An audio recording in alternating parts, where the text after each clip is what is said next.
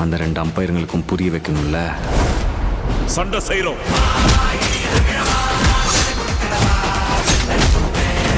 Diesel படத்தை பத்தி பார்த்தோம் அப்படின்னா, பதான் போர்ட் அப்படின்னு சொல்லி சென்னையில ஒரு பிரைவேட் ஹார்பர் கட்டுறதுக்கு மீனவ குப்பங்களெல்லாம் காலி செய்யணும்னு ஒரு Hindi villain, corporate villain ready ஆகுறான். அது போக இங்க க்ரூட் ஆயில் பைப் பதிச்சிருக்காங்க கவர்மெண்ட்ல. அங்க இருந்து எண்ணெயை திருடி பெட்ரோல் டீசல் ஆக்கி மலிவு விலையில வித்து அங்க இருக்கிற ஜனங்களுக்கே நல்லது பண்ற ஹீரோவும் ஹீரோவோட அப்பாவும். அவங்களுக்கு எதிரியா ஒரு போலீஸர். இவங்க 2 பேருக்கு நடக்கிற டக் ஆஃப் வார். இப்ப அந்த போலீஸ் ஹீரோ சப்ஜெக்ட் என்ன ஆகுது, அந்த இடத்துல பிரைவேட் ஹார்பர் வந்துச்சா மீனவ குப்பத்தை காலி பண்ணாங்களான்றதான் மொத்த கதையே. பாடத்தோட பிளஸ் என்னன்னு சொல்றது, செகண்ட் ஹாஃப்ல ஹீரோ அப்ஸ்காண்ட் ஆகி கடலுக்குள்ள இருப்பாரு. அந்த சீன் கொஞ்சம் நல்லா இருந்துச்சு.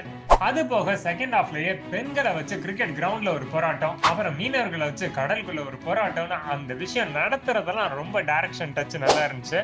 அது போக நிறைய படிச்சிருக்காங்க. இந்த க்ரூட் ஆயில், டீசல், பெட்ரோல், இதுக்கப்புறம் லித்தியம் பேட்டரினால power vehicles, electric vehicles, solar அப்படின்னு ஆளப்போகுதுன்னு நிறைய படிச்சிருக்காரு டைரக்டர். அது எல்லாத்தையும் இறக்கி விட்டுருக்காரு. இதெல்லாம் கொஞ்சம் சுவாரஸ்யமா தான் இருக்கு. பாடத்தோட மைனஸ் தான் படமே. ஃபர்ஸ்ட் அப்படியே படம் முடிகிற மாதிரி இருக்கும். திரும்பியும் ஏதோ ஒரு கதையை போட்டு பில்டப் கொடுத்து போயிட்டே இருப்பாங்க. செகண்ட் ஹாஃப்ல நைட்டு தேட்டர்ல போய் வந்தா காலைல தான் வெளியே வர மாதிரி இருக்கும். 3 வில்லங்க, பாலமுருகன் ஒன்று, அப்புறம் பார்த்தா போலீஸ்கார வில்ல ஒன்று தில் படத்துல வர மாதிரி, அதுக்கப்புறம் Hindi villain corporate, lithium battery, solar எங்கெங்கயோ போய்கிட்டு இருப்பான். இத்தனை பேரையா ஃபாலோ பண்ணிட்டு இருக்க முடியும்? செகண்ட் ஹாஃப கத்தி மாதிரி கொடுக்கணும்னு நினைச்சு சுறா மாதிரி கொடுத்தது தான் இந்த படத்துக்கு பெரிய மொக்கையே.